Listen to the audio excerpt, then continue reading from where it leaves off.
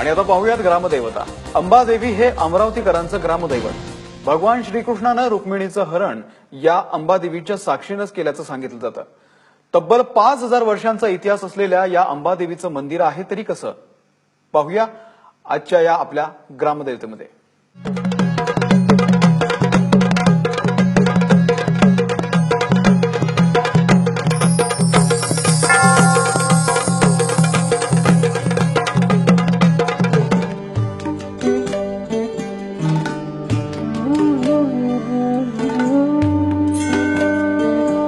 अंबादेवी म्हणजे अमरावतीकरांचं ग्रामदैवत. रुक्मिणीचं हरण करून श्रीकृष्णाने या ठिकाणी असलेल्या अंबादेवीच्या साक्षीनं रुक्मिणीसोबत लग्न केल्याची आख्यायिका आहे. 5000 वर्षाचा इतिहास असलेल्या या मंदिराची बांधणी हेमाडपंथी शैलीची आहे. महाभारत आणि रामायणातही या मंदिराचा उल्लेख सापडतो. छत्रपती शिवरायांनी अंबामातेचं दर्शन घेतल्याचं सांगितलं जातं. संपूर्ण शृंगार केल्यानंतर देवीच्या मूर्तीवर तब्बल 40 किलोचे सोन्याचे दागिने चढवले जातात.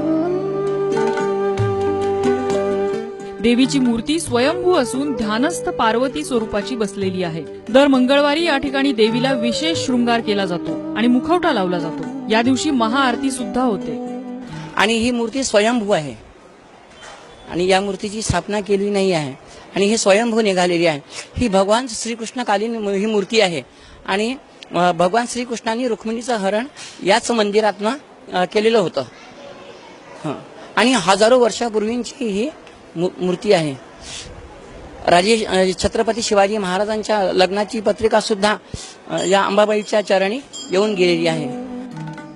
केवळ अमरावतीच नाही तर आसपासच्या जिल्ह्यांमधल्या महिला वर्गाची अंबादेवीवर अपार श्रद्धा आहे. त्यामुळे वर्षभर इथे भाविकांचा मोठा राबता असतो.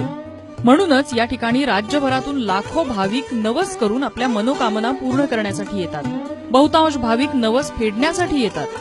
मंदिर परिसरात असलेली इतर लहान मोठी देवळंही भाविकांना आकर्षित करतात.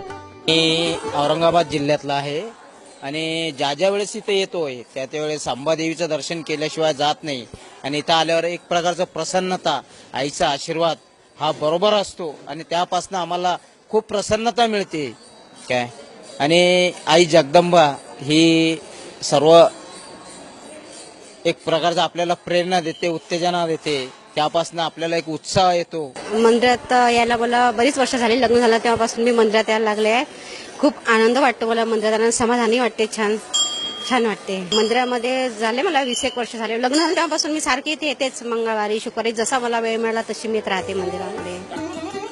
अतिशय पुरातन असलेल्या अंबाबाई मंदिराचा सध्या जीर्णोद्धार सुरू आहे. जुनं दगडी बांधकाम जीर्ण झाल्यामुळे आता नवीन बांधकाम होत आहे.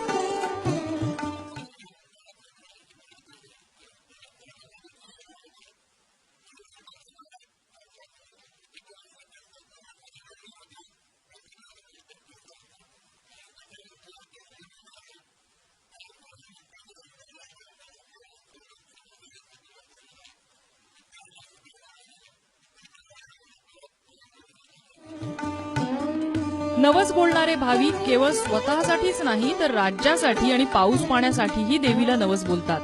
हेही इथलं एक वैशिष्ट्यच. अशा वैशिष्ट्यपूर्ण अंबाबाईचं दर्शन भाविकांनी एकदा तरी घ्यायलाच हवं. शशांक चौरेसह ब्युरो रिपोर्ट, एबीपी माझा, अमरावती.